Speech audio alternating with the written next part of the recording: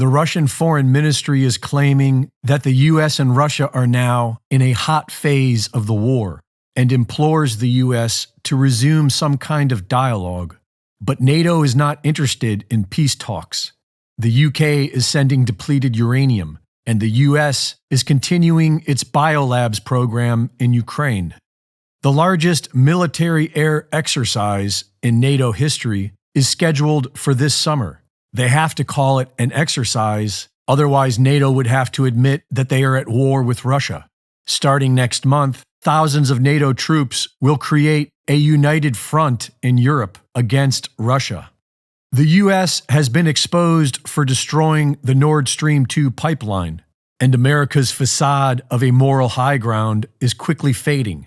The Pentagon leaks say that Ukraine is losing the war. Both sides have threatened the nuclear option, and the Ukrainians have already attacked a nuclear power plant. We are one desperate action away from a nuclear war with Russia. China is now simulating precision strikes on key targets on Taiwan, and the moment they invade, the U.S. will go to war with China. The Uniparty and the media have been focusing on China for several weeks now, and U.S. Senator Lindsey Graham is already prepared to start sending troops. But the Department of Defense is warning that the U.S. doesn't have enough munitions to fight China. The millions of rounds of ammunition that the U.S. has sent to Ukraine has drained stockpiles, which will take years to replenish, making it an opportune moment for the CCP to invade. Days after Xi Jinping brokers a peace deal between Iran and Saudi Arabia, rocket attacks are launched at Israel from multiple locations. Last week, in response, Israel launched attacks against Lebanon, Gaza, and Syrian military targets. The Jerusalem Post is calling it a multi-front Middle East war against Israel and claim that Iran is behind the attacks. Israel has been calling up battalions of reservists. The Iranians are reportedly preparing to attack Israeli ships sailing through the Persian Gulf and the Arabian Sea. Last week, the U.S. deployed a submarine with a Tomahawk missile payload to support Israel. If Israel goes to war with Iran, the U.S. will be involved. The U.S. is looking at 3 different theaters of war. They've already depleted their munitions in their losing proxy war with Russia, and they've depleted their military with clot shots and tranny psyops. Meanwhile, the Bank for International Settlements, or BIS, is preparing for a one-world digital currency.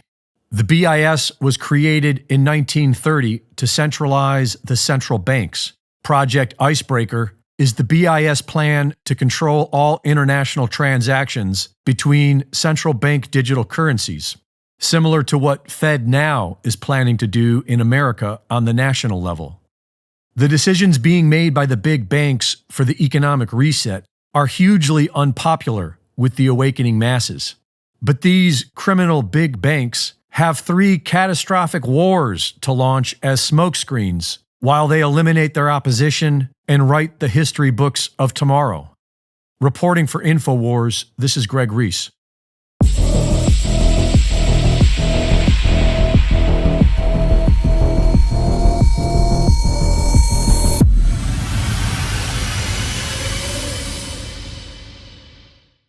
Thank you for watching the latest Greg Reese Report. Be sure to go to reesereport.com to see my latest videos, sign up for my free newsletter, and subscribe for exclusive content.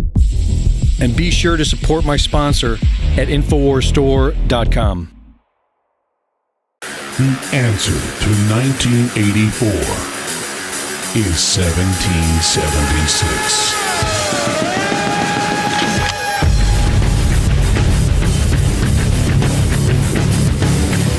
InfoWars has been banned, arrested, attacked, and threatened because we are effective. The Great Awakening is here. Go to banned.video, download the videos, and share. Support the information war at InfoWarsStore.com. And never give up the fight.